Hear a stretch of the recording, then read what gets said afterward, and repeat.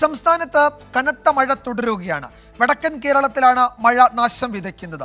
പുഴകളിൽ ജലനിരപ്പ് ഉയർന്നു. കോഴിക്കോടും വയനാട്ടിലും പലയിടത്തും മലവെള്ളപ്പാച്ചിലുണ്ടായി. കരുവൻതുരുത്തിയിലും കൊയിലാണ്ടിയിലും തോണി മറിഞ്ഞ് അപകടത്തിൽപ്പെട്ട 6 പേരെ രക്ഷപ്പെടുത്തി. മഴയ്ക്കൊപ്പമെത്തിയ കാറ്റിൽ മരങ്ങൾ കടപുഴകി പലയിടത്തും അപകടങ്ങളുണ്ടായി.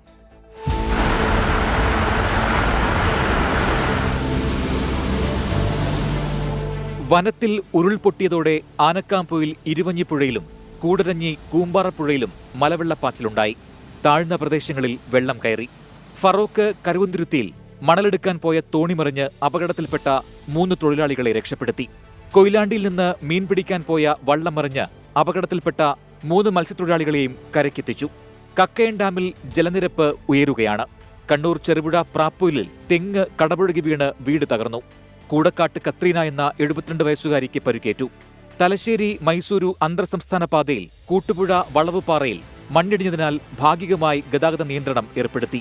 കണ്ണൂർ അടയ്ക്കാത്തോട് മലവെള്ളപ്പാച്ചിലുണ്ടായി.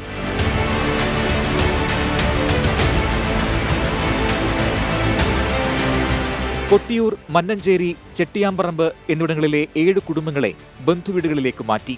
മലപ്പുറം കരുളായിൽ പുഴ മുറിച്ചു കടക്കുന്നതിനിടെ 2 കാട്ടാനക്കുട്ടികൾ ഒഴുക്കിൽപ്പെട്ടു. മറ്റാനകളെത്തി ഇവയെ രക്ഷപ്പെടുത്തി.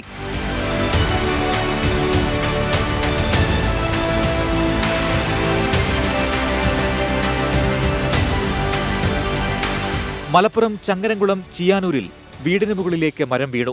ചിയാനൂർ കൈപ്രവളപ്പിൽ കോതയുടെ വീട് ഭാഗികമായി തകർന്നു. നിലമ്പൂർ മുപ്പിനിയിൽ പാലം മുങ്ങി. ഇതുവഴി ഗതാഗതം നിരോധിച്ചു.